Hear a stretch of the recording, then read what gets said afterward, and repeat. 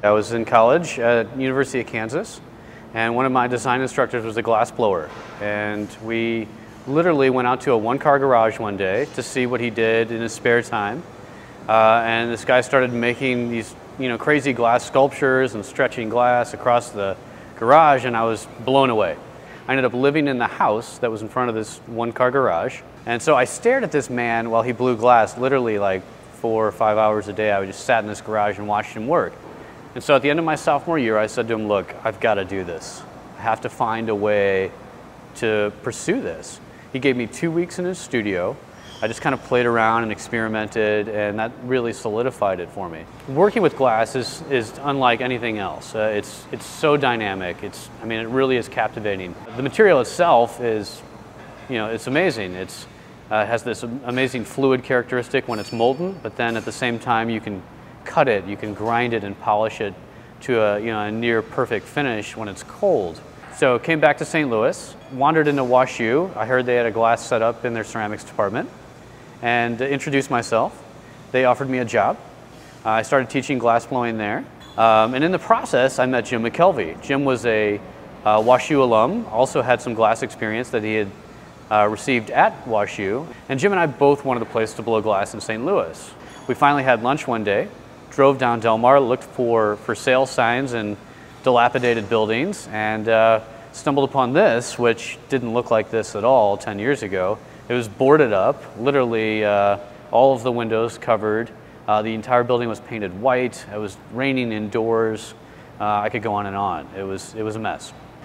We definitely got a lot of head shaking and sort of comments about how we were a little bit crazy.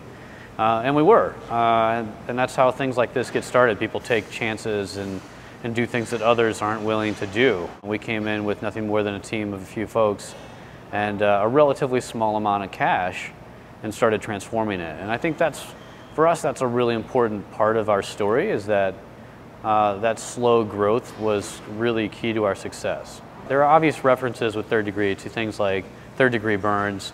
Jim loves to tell people that the building was in such poor shape and it was such a liability that his banker and his lawyer and his accountant all told him that they were going to give him the third degree if he purchased this building. That's sort of one of the stories. But of course there is the reference to heat and fire that sort of comes along with third degree.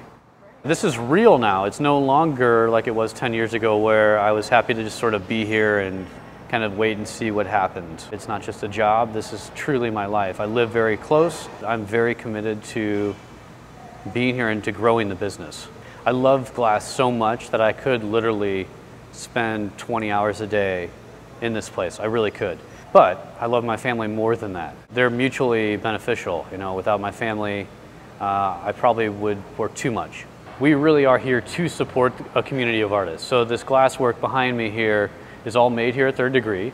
We don't dictate what goes in the gallery. We don't dictate pricing. We let them make whatever they wish. We have about 24 different artists that are showing their work in the gallery at all times. Our events now are the third Friday of the month. It's an open house event. It's free to the public. We do demonstrations. We have fire spinners, live music, a cash bar. It's family friendly. They come in and they see what we have to offer. That's critical to our success. We really ride on the back of entertainment here. We are definitely an edutainment type facility, right? We're part education, we're part entertainment, and we've always been that way. We do feel that we've become an anchor in our section of Del Mar. There's been significant change. 10 years ago, this was a much more frightening stretch of Del Mar to just drive. There's a lot of potential in our couple of blocks here. So yeah, we're hopeful that that will continue as long as we continue to be a strong presence in the neighborhood.